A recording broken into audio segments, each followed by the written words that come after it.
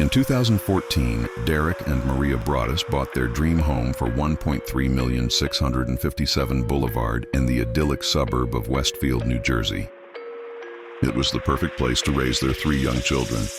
But before they even moved in, their dream turned into a waking nightmare.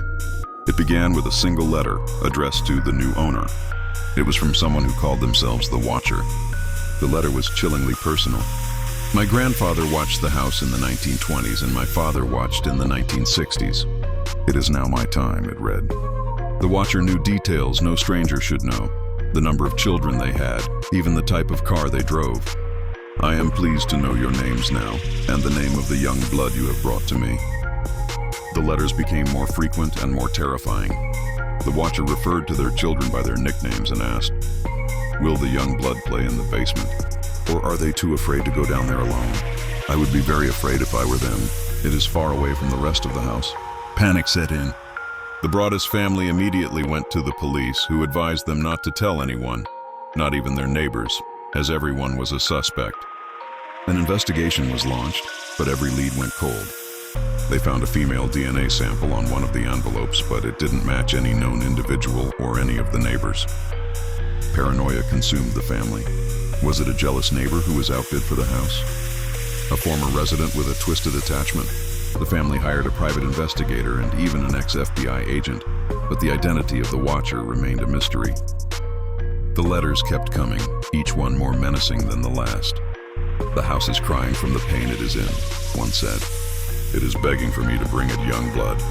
Another taunted them about the renovations they were doing, proving the Watcher was close by, always observing.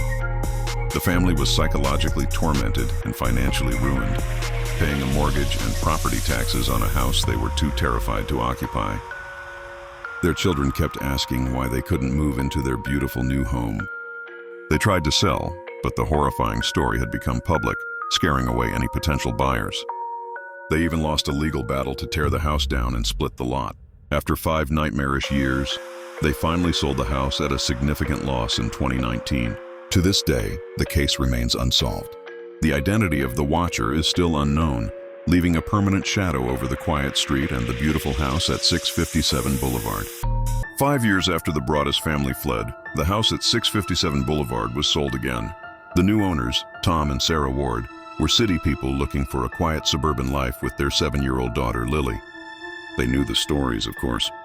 They had read the sensational articles about the Watcher, but they dismissed it as a local ghost story, a hoax that had gotten out of hand. For them, it was just a way to get a beautiful home for a fraction of its worth. The first month was peaceful, almost idyllic. They painted Lily's room a cheerful yellow and planted roses in the garden.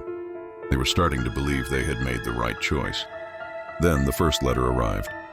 It wasn't like the ones they had read about. This one was shorter, written in a jagged, angry script. "You are trespassers," it said. "This house chose its family long ago. You are just renters of space and your lease is about to expire." Tom tried to shrug it off, but Sarah felt a cold dread. The next day, Lily began talking about her new friend, Wally. Wally lived in the walls, she said.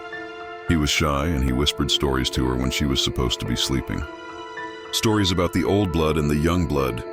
The parents dismissed it as an imaginary friend, a common response to moving to a new house. But the whispering became a sound they could both hear late at night.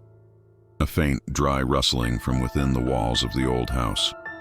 Driven by a growing unease, Tom took a crowbar to a section of the basement wall where the sounds were loudest. Behind the modern drywall, they found it, a network of old, forgotten speaking tubes, the kind used in the early 20th century for household communication. They snaked through the entire house, connecting every room. Someone could sit in the basement and hear everything. Every argument, every secret, every whisper.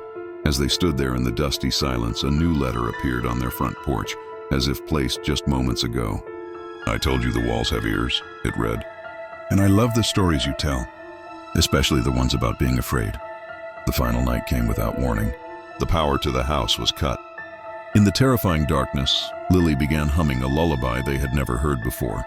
Sarah rushed to her room to find her standing by the window, waving to a dark figure standing motionless across the street, just beyond the glow of the streetlights. "Wally is sad we're leaving," Lily said, her voice eerily calm. That was it. They grabbed their daughter and ran, leaving everything behind. The Ward family lasted only 38 days. The house at 657 Boulevard is empty once more, silent and waiting. The watcher's identity remains a mystery, but one thing is clear.